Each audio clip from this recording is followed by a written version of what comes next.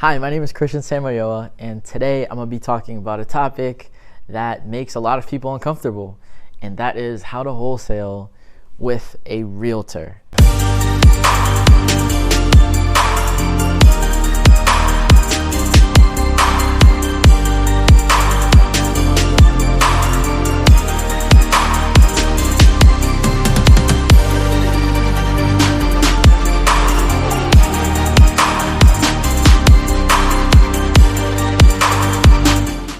First, let's talk about the reasons, I guess, why some people might feel nervous when working with a realtor. I think it's just a lack of experience. I know that there's a lack of maybe training involved.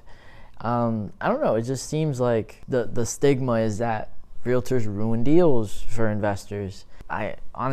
Me personally, I'm not a licensed agent. I'm not a realtor, but a lot of my friends are. And I think it's really important to learn how to work with one another. So I'm going to give some tips on how we as wholesalers can set a good example for the industry, and we can work together with real estate agents, because honestly, they provide so many good leads and so many good opportunities in this business, and it's back and forth. It's a give and take. It's not just a grab. But today I'm going to talk about different ways and how to work with realtors effectively.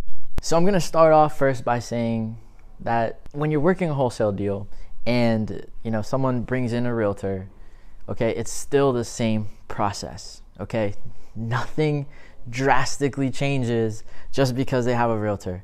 It's the same exact process from step A all the way down the line. It's the same process, so don't get scared. Don't think that just because a realtor is involved that your deal has now blown up. It's not the case. So me personally, I like it. Honestly, I like it. I have no problem with it. If someone says, you know what, Christian, I want my realtor to read this contract over. You know what? Hey, I don't know, Christian. I just feel like there's no way. Really? You can sell a house without a realtor?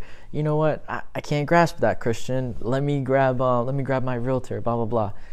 That's fine with me. Honestly, I'm okay with that. So the reason why I'm okay with that, I just have confidence in the process. I know the process.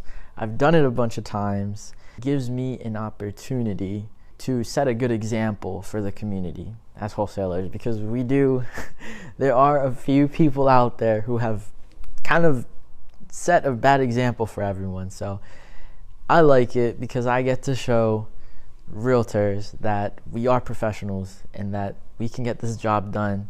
And I love just showing them how quickly we can get this job done. Okay, so step number one when working with realtors as a wholesaler, it's very important right off the bat to just be as transparent as possible, okay? So me personally, if I'm going to assign a contract, I let them know. And I let them know exactly what I'm doing, okay? I usually, start things off by saying something similar to like, hey, full disclosure, so I am looking to assign this property. As an investor, I'm looking to assign it to another investor for a profit. Just simple as that. I don't want to just like flood them with information. I don't want to confuse them. A confused mind always says no. So I'm just transparent. I let them know that this is for a profit and that I'm looking to assign it. Okay. The reason why I want to let them know right off the bat is because, well, most of the time, if a realtor gets involved, they're going to want to use that state-specific contract. And in some contracts, unfortunately, they do not allow assignments. So it's very important, just right off the bat, let everyone know what your intentions are. So it's super important to just be transparent. That's the first thing. Right off the bat, be fully transparent. The second thing to know is that you might need to have a little bit more patience, okay? The reason why I say that is because there are typically more paperwork involved. Maybe there's some more contingencies involved.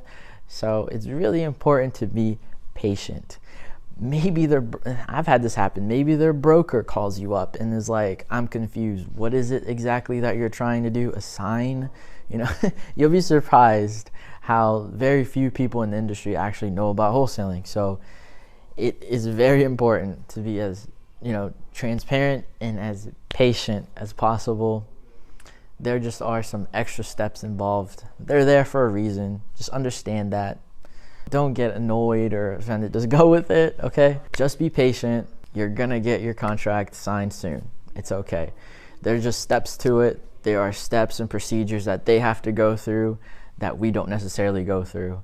So it's just part of the process. It's all right, just be patient. So the next thing I wanted to talk about is to be as professional and as confident as possible with your paperwork. If they do decide to go forward with your purchase agreements, okay, if they say something like, you know what, Christian, I'd like my attorney to review this, or I'd like my broker to review this, I'd like my agent to review this. Typically, I mean, what I always tell people is, sure, absolutely. You can show it to any realtor in the city, any lawyer in the city. Sure, show it to any broker in the city. It's completely fine. Like, as long as you have legit paperwork, there's no problem at all with doing what we do. So just have confidence. Of course, show it to whoever you want to see it. Sure. You know what?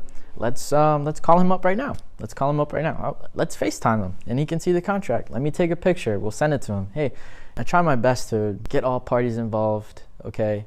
Make the seller, the agent, the lawyer, whoever it is, make them feel as comfortable as possible. Don't give them any reasons to bring up any red flags. Number 6 is pay closer attention to deadlines. Deadlines, I mean like EMD deposits, inspection periods. It could be the end of contract. Keep all of those dates close, because as a wholesaler, I can't tell you how many times maybe, you know, title isn't ready and we have gone over contract, and instead of making an addendum, we just do a handshake and and we know that the business is still going to go through. You know, we build good enough rapport, things are fine. But whenever you're working with realtors, everything has to be, you know, your I's have to be dotted and your T's have to be crossed. Keep a really close eye on your deadlines. Make sure that you're still in contract. Shouldn't have to explain that anymore. Okay, so the last thing that I want to talk about, and I hope this is the big idea that you've gotten so far from this video, is to always treat this like a legit business. Don't start treating it like a legit business just because a realtor got in the picture or an attorney got into the picture, okay? Always take this business as serious as possible. It's not a hobby, okay? You're dealing with people's property, which in most cases has been their largest investment, okay? So you have to treat this like a legit business. Always remember to be as transparent as possible and conduct things in a very professional manner. So remember this, that if you are in this business for the long run, your reputation is very important. Okay, that's especially in today's day and age when we have things like Google, we have things like Yelp, everything's online. So remember, it's more important than ever to always put your best foot forward and conduct business as professionally as possible. So I hope you have enjoyed this video. I hope it's been very informative. I hope you've gained some more confidence when it comes to working with a seller who has a real estate agent or a lawyer representing them. So I hope you enjoyed this video, and I hope that it's given you a much better idea on how to work your next deal whenever you encounter a seller that wants to have a real estate agent or a lawyer represent them. If you enjoyed it, please subscribe, please hit the bell icon, do all that good stuff, hit the thumbs up button. I greatly appreciate it. Thank you so much. I'll see you on the next one.